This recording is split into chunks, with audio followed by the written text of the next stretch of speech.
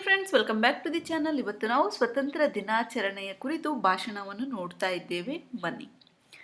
ಗೌರವಾನ್ವಿತ ಶಿಕ್ಷಕರೇ ಹಾಗೂ ನನ್ನ ಸಹಪಾಠಿಗಳೇ, ಸ್ವತಂತ್ರ ದಿನಾಚರಣೆಯ ಸಂದರ್ಭದಲ್ಲಿರುವ ಈ ಶುಭ ಸಂದರ್ಭದಲ್ಲಿ ನಾವು ಭವಿಷ್ಯದ ಭಾರತ ನಿರ್ಮಾಣದಲ್ಲಿ ಯುವ ಜನತೆಯ ಕೊಡುಗೆ ಹೇಗಿರಬೇಕು ಎಂಬ ವಿಷಯದ ಬಗ್ಗೆ ಮಾತನಾಡುತ್ತಿದ್ದೇನೆ.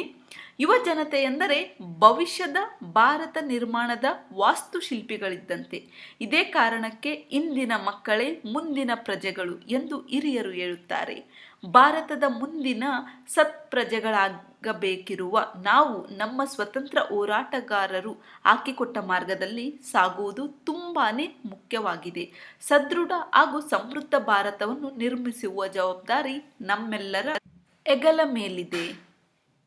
ಭಾರತವು ಈಗಾಗಲೇ ಡಿಜಿಟಲ್ ಇಂಡಿಯಾದತ್ತ ಮುಖ ಮಾಡಿದೆ. ವಿವಿಧ ತಂತ್ರಜ್ಞಾನಗಳನ್ನು ಬಳಸಿಕೊಂಡು ವೇಗದಲ್ಲಿ ಮುನ್ನುಗ್ಗುತ್ತಿದೆ.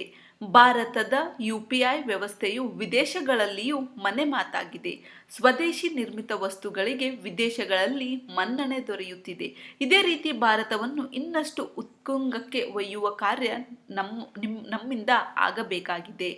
ಭಾರತದ ಆರ್ಥಿಕತೆಯನ್ನು ಸದೃಢಗೊಳಿಸಲು ನಾವೆಲ್ಲರೂ ಕೊಡುಗೆ ನೀಡಬೇಕಾಗಿದೆ. ಶಿಕ್ಷಣ ಹಾಗೂ ಕೌಶಲ್ಯಗಳ ವಿಚಾರದಲ್ಲಿ ನಾವು ಇನ್ನಷ್ಟು ಸಾಧನೆಗಳನ್ನು ಮಾಡಬೇಕಾಗಿದೆ.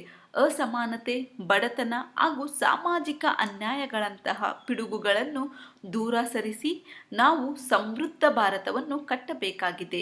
ಸ್ನೇಹಿತರೆ, ಭಾರತದ ಭವಿಷ್ಯ ನಿಮ್ಮೆಲ್ಲರ ಕೈಯಲ್ಲಿದೆ. ಇದನ್ನು ಜೋಪಾನವಾಗಿ ಕಾಯ್ದುಕೊಳ್ಳೋಣ.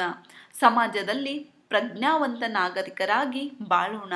ಅಭಿವೃದ್ಧಿ ಹೊಂದಿ ಭಾರತ ನಿರ್ಮಿಸೋಣ ಅಂತ ಹೇಳ್ತಾ ನನ್ನ ಚಿಕ್ಕ ಭಾಷಣವನ್ನು ಮುಗಿಸುತ್ತೇನೆ. ಜೈ ಹಿಂದ್. ಡಿಯರ್ ಫ್ರೆಂಡ್ಸ್, ಹೋಪ್ ನಿಮಗೆ ಈ ಒಂದು ವಿಡಿಯೋ ಇಷ್ಟ ಆಗಿದೆ ಅನ್ಕೊತೀನಿ. ಇಷ್ಟ ಆದರೆ ವಿಡಿಯೋಗೆ ಲೈಕ್ ಮಾಡಿ, ಶೇರ್ ಮಾಡಿ, ಸಬ್ಸ್ಕ್ರೈಬ್ ಕೂಡ ಆಗಿ. Thank you for the watching.